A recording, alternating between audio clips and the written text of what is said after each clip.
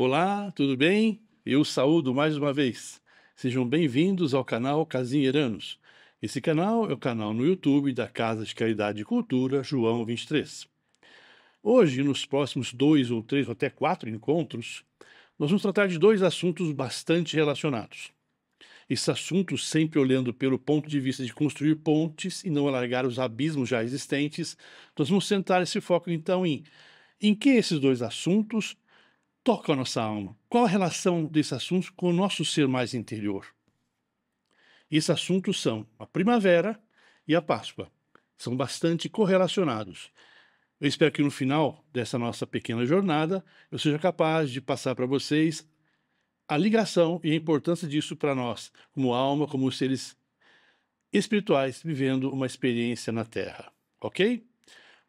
E antes de começar, então, eu peço a você que gosta do nosso canal, que curte o nosso canal, que nos ajude na divulgação, dando seu joinha, mas também fazendo seus comentários, porque os comentários vão nos levar às próximas palestras, quais são os temas que vocês querem, ok?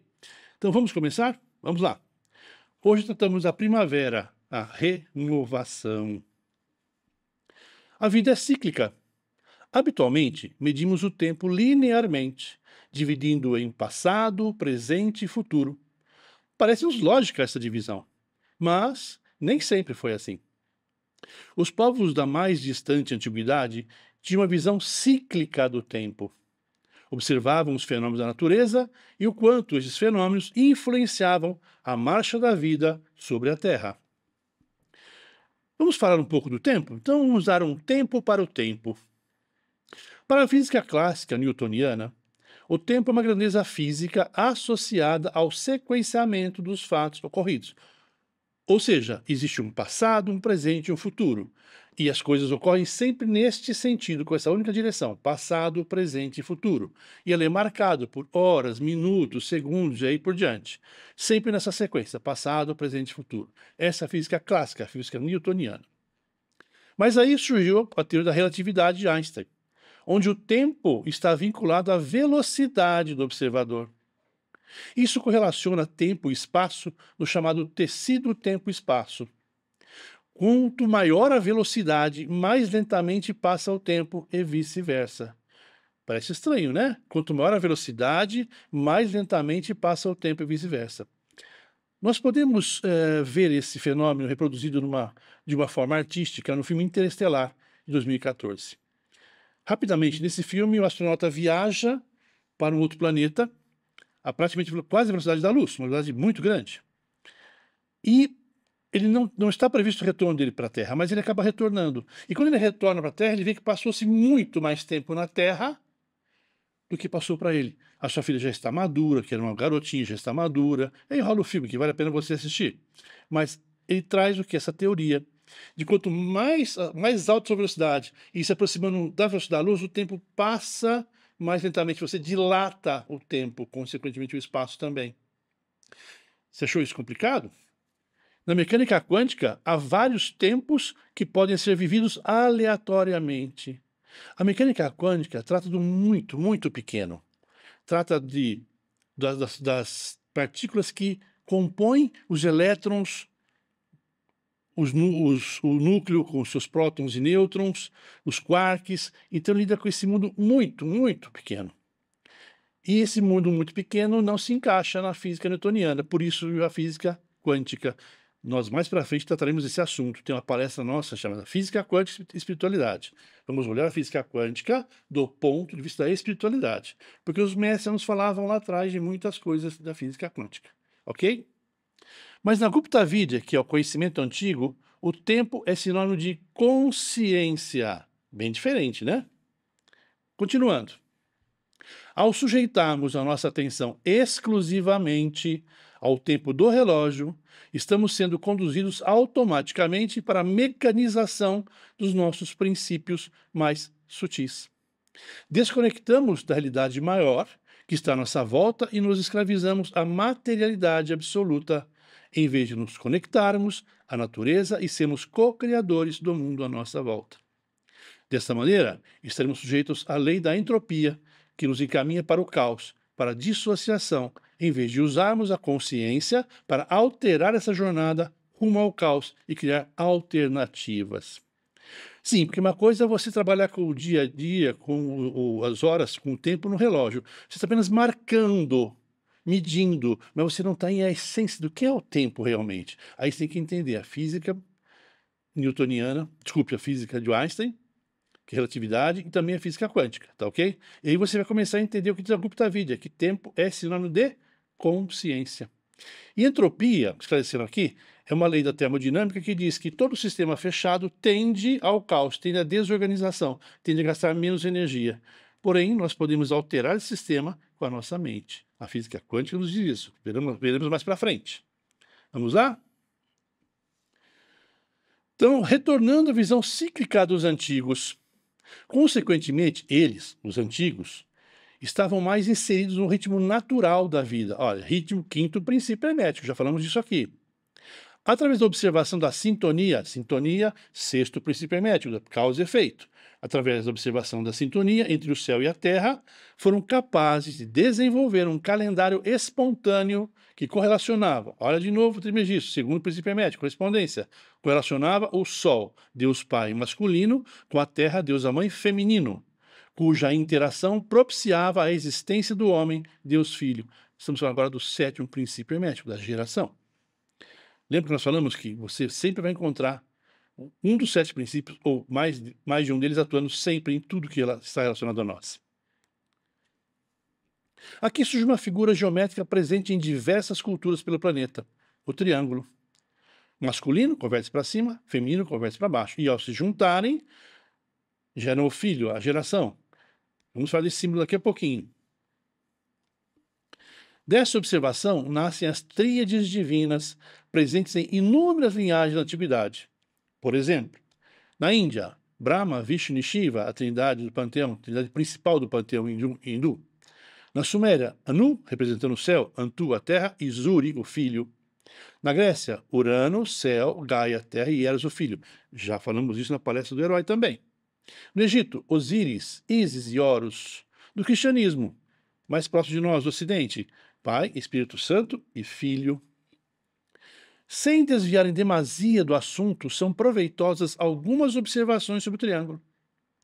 É a representação geométrica do 3 formando a unidade primordial manifestada em 3 aspectos distintos, porém complementares. Representa ainda os 3 aspectos superiores do ser humano, ou seja, o mental abstrato, manas, princípio búdico, mais princípio átmico. Isso nós vamos ver um pouquinho mais para frente quando nós falamos da anatomia do cosmos e do homem, que são correlacionadas pelo segundo princípio hermético, da correspondência, ok? Mas nós podemos colocar neste gráfico.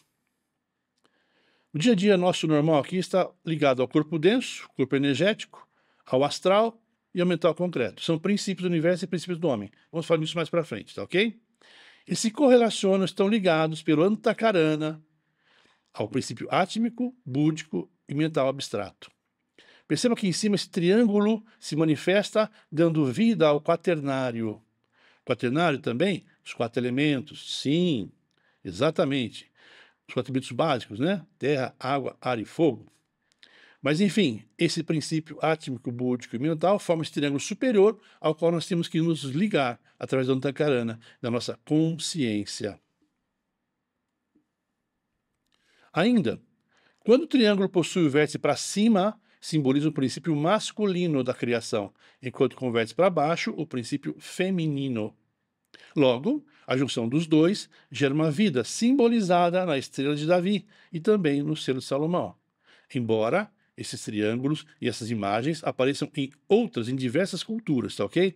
Nós temos uma referência comum mais próxima à estrela de Davi e ao selo de Salomão, mas aparece também em outras culturas.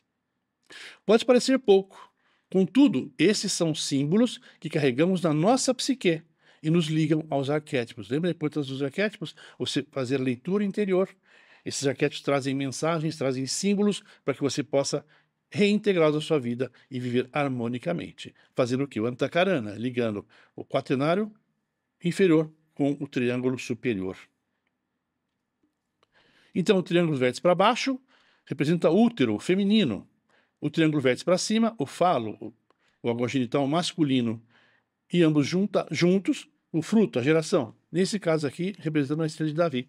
Mas também há outra representação, devidamente representada na dança de Shiva. Shiva é a terceira divindade do panteão principal do hindu. Falamos agora há pouco, Brahma, Vishnu e Shiva. Brahma é o criador, Vishnu o mantenedor, Shiva o destruidor. Destruidor não se destruir simplesmente por destruir. O que acontece? Quando você, por exemplo, você gostou muito de uma casa antiga que seus avós moraram, na chácara, em algum lugar, e você herdou essa casa, você comprou essa casa e você quer morar na casa, mas ela está toda acabada, não vale a pena mais remendar. Então você falou assim, você vai colocar essa casa para baixo, vai demolir e vai fazer outra em cima. Talvez você tenha inclusive tirar a própria estrutura fundamental da casa para poder construir outra em cima. O Cristo nos falava isso quando ele fala uma parábola de não se coloca vinho novo em odre velho. Ou seja, para você colocar algo novo, para que ele seja realmente novo, você tem que tirar o velho. É nesse sentido de destruição, desse no sentido de renovação, de reciclagem. E observe que ele faz essa dança dentro dos dois triângulos, manifestando a criação, e dentro de um círculo que representa o quê? A divindade. Então é a dança de Shiva, também chamada Shiva Nataraja. Então essa dança ocorre dentro do triângulo da criação, que por sua vez está dentro do círculo máximo, dentro do círculo, do grande círculo que representa o símbolo do divino. Outras Timurtis, ou trilhos pelo mundo. Em cima, à esquerda, Brahma, Vishnu e Shiva. Mas observe que Brahma tem três faces. Uma voltada para o presente, uma passado e uma futuro. Ele cria em cima disso. O passado é importante o aprendizado. O presente é onde você pode modificar, tentando ter um futuro diferente. Ok? À direita, as divindades da Mesopotâmia. Anu, Antu e Zuri. Embaixo, mais famosos, Osíris, Horus e Ísis. Observe nessa figura de baixo aqui, o canto direito está Ísis. Olha o chapéu dela, o que ela tem na cabeça. Lembra bastante outro, não lembra? E dentro do seu quê? O círculo, o sol, o sagrado divino que há em você também. Agora observe Horus, ou desculpe, Osíris, à direita. Observe que o chapéu dele lembra vagamente um falo, um órgão genital masculino. Para quê? Para que eles se complementem e gerem o filho no meio, que é Horus. Ok? E temos mais. Aqui à esquerda, Urano, o céu, Gaia, a terra e os titãs, os filhos. Também falamos sobre isso já. E aqui à direita, um mais conhecido de nós. Deus é Pai, é Filho e Espírito Santo, ou seja, um em três. E aqui você tem o quê? A tríade do cristianismo, chamada Santíssima Trindade. Deus é Pai, é Filho e Espírito Santo e é Deus ao mesmo tempo, ou um no três. Observa a importância simbólica do triângulo? Retomando então, dessa percepção cosmológica e interdependente, surgiu a divisão do ciclo anual em 4 estações, que determinavam o ritmo da manifestação da vida sobre a Terra, devidamente representada na cruz zodiacal. Esta, por sua vez, a cruz zodiacal, continha projetada no céu as 4 estações, os solstícios e os equinócios, bem como as constelações que faziam parte da leitura holística universal da vida como um todo. A cruz zodiacal relaciona figuras zoantropomórficas às constelações. O que é isso, zoantropomorfismo? Forma de animal ou de homem, ou às vezes misturado forma de homem com animal. São os símbolos que nós temos no nosso sistema de signos, são representados por desenhos, por figuras. Essas figuras são zoantropomórficas. Os povos antigos entenderam os ciclos de manifestação da vida sobre a Terra e a natural correspondência, de novo Trismegistus, entre as estrelas do céu e a alternância dos ciclos das estações na Terra.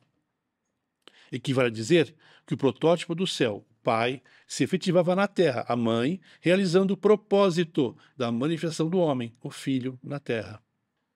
Foram capazes de entender também que essa configuração se estendia para além da vida física, se estendia à vida psíquica e espiritual.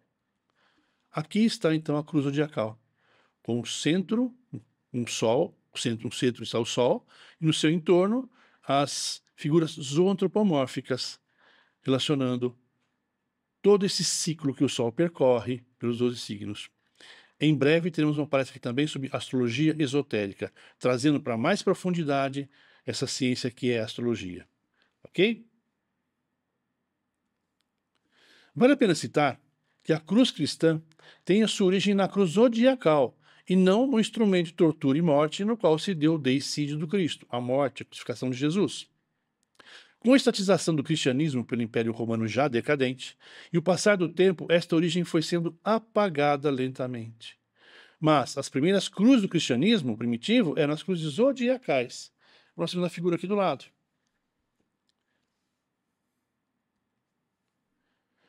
Vale a pena falar um pouco mais sobre esse capítulo. As primeiras dogmatizações foram criadas a partir do Concílio de Nicéia, Nicéia atual Iznik, na Turquia. Esse concílio foi convocado em 325 pelo imperador Constantino para regulamentar a crescente e potencial religião que surgia. Eles tinham um interesse estatal em usar a fé como uma cola ideológica e teológica para sustentar o já fragmentado Império Romano. Por isso que ele chamou. Ele percebeu que o seu Império Romano já estava em decadência, já estava esfacelando. Tanto que nessa época você já tinha Império Romano do Oriente e Império Romano do Ocidente. Do Ocidente, Roma estava em franca decadência. O do Oriente, em Constantinopla, ainda se permanecia forte. Mas ele percebeu que havia algo em todo o seu império, tanto no Ocidente quanto no Oriente. O que era? Os cristãos. Essa nova religião já estava se propagando por todo o império. Inclusive, ela era praticada por alguns nobres. Ele, astutamente, resolveu tornar a religião algo estatal para criar essa cola teológica e ideológica para manter o seu governo, para manter o império ainda funcionando. A partir daí foram estabelecidos dogmas e houve a perseguição aos chamados hereges. Quem eram os hereges? Aquelas pessoas que pensavam diferente daquilo que Constantino estava propondo. Vamos fazer uma breve pausa aqui. Imaginem vocês, estamos lá 2 mil anos atrás, surge uma figura, Cristo, na persona de Jesus. E ele veio quebrar paradigmas, veio trazer uma nova rota para a humanidade, um novo ensinamento. Tanto que ele mesmo dizia: eu não vim abolir a lei e os profetas, mas trago um novo mandamento, o mandamento do amor. Amai o próximo como a si mesmo, amai o seu próprio inimigo. Isso para a época foi extremamente revolucionário, porque você vinha de uma sequência, uma religião travada em dominação, escravização, guerras. O Deus Javé, Deus punitivo, que exigia sacrifícios, total adoração, se ele te punia, ele veio falar de um Deus de amor. Isso mudou muito. Vocês acham que pouca gente comentava, falava ou escrevia, embora escrever fosse algo que poucos faziam na época? Você acha que pouca gente comentou, falou, escreveu sobre esse ser? Um ser dessa magnitude, dessa luz, que foi Jesus? Claro que não. Muitos escreveram, muitos falavam, só cada um do seu ponto de vista. Mas isso não interessava para o Império na época. O Império queria o quê? Uma cola teológica e ideológica para manter o Império funcionando. O Império como uma única unidade. Ok? Então, esses hereges foram perseguidos. Ou você se encaixava naquilo que foi discutido no Concílio de Nicéia, ou você estava fora. Fora significa ser perseguido, inclusive morto. Aí, então, esses cristãos primitivos começaram a escrever várias cópias dos textos e espalhar em vários locais, esconder. Aí, não por obra do acaso, mas por obra do divino, nos anos 1940, surgem os documentos do Mar Morto e a Biblioteca de Nag Hammadi, no Oriente Médio, no Egito. São textos do cristianismo primitivo. É onde você encontra os textos gnósticos, que fala de um Cristo diferente, que fala de um Jesus diferente, alguém que veio trazer conhecimento, veio trazer o resgate à humanidade. Mas isso não tinha muito interesse para aquela época. Eles queriam o quê? Criaram um Cristo e colocaram o Império Romano como o seu sucessor e continuou aí para frente. Infelizmente é isso. Basta você estudar a história que você vai ver isso. Há outras formas de ver? Sim, há, e nós respeitamos todas elas. Mas nós vemos por esse ponto de vista, com todo respeito. Então, voltando à visão cíclica dos povos antigos. Dessa compreensão mais profunda que correlacionava céu e terra, surgiram as comemorações pela colheita, pelo plantio, pelo sol, pela lua que influenciava as marés, e aí por aí vai. Tudo propiciando a safra e a subsistência.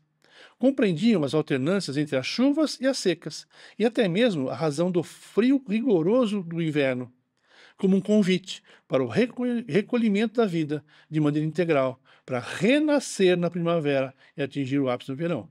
Recolhimento para renascer na primavera e atingir o ápice no verão. As comemorações deram lugar em diversas civilizações aos festivais. Entre os mais notórios, ainda em nossos dias, temos o Halloween, que na tradição celta é o festival de Samhain, ou Ano Novo Celta. Embora não seja assunto, vamos citá-lo aqui. Nesse festival, encerra-se um ciclo dos antepassados, inicia-se outro novo. Por essa razão, é um meio caminho entre os mortos e os vivos, ou entre o passado e o presente, que encaminha o futuro. Lembra da figura de Brahma? Passado, presente e futuro? Daí toda a mística sobre o Dia das Bruxas, substituído pelo Dia de Todos os Santos e Dia de Finados, ocultando o seu real significado. A Igreja Católica, infelizmente, foi fazendo isso. Ela foi crescendo e onde tinha festival, ela foi colocando aos poucos no festival dela, onde era um dia de comemoração, um dia de um santo, e assim foi apagando toda a cultura que existia. O Samhain, por exemplo, acontecia em 3 dias, 31 de outubro, 1 e 2 de novembro. O que foi colocado, então, pela Igreja? Dia 31, véspera dos Santos. Dia 1, dia de Todos os Santos. Dia 2, Finados. E a bruxa? A bruxa que é aquela pessoa má, maligna? Não, nada disso. A bruxa é a intersecção entre o físico e o metafísico. O que é a bruxa, senão aquelas nossas avózinhas antigas, as benzedeiras, aquelas que pegam as ervas e fazem um chá para você, os florais de hoje. Isso é ser bruxo? Isso se correlacionava, desculpe, com a Terra de uma maneira mais profunda, mais inteligente. Infelizmente foi sendo apagado, apagado, apagado. E hoje chegou para nós através do Halloween, que nós também temos para compartilhar com vocês mais para frente, ok? Tal passagem do velho para o novo também pode ser vista no nosso calendário atual, gregoriano, que foi feito pelo Papa Gregório XIII em 1582, antes era o calendário juliano. O primeiro mês do ano é nomeado janeiro, em referência ao deus Janus. Quem era Janus? Deus bifronte da mitologia romana. Uma face olhando para trás e outra mirando ao futuro, o porvir. Uma divindade ligada à transformação ou passagem entre ciclos. Observem que a figura de Janus olhando para trás é um velho que ficou para trás. E para frente é um jovem, aquilo que está por vir. Em janeiro do primeiro mês, você deixa para trás o que ficou e tem uma proposta nova de uma reciclagem da sua própria vida. Todavia, o tema de nossa abordagem é o Festival de Primavera, chamado de Ostara, entre os celtas.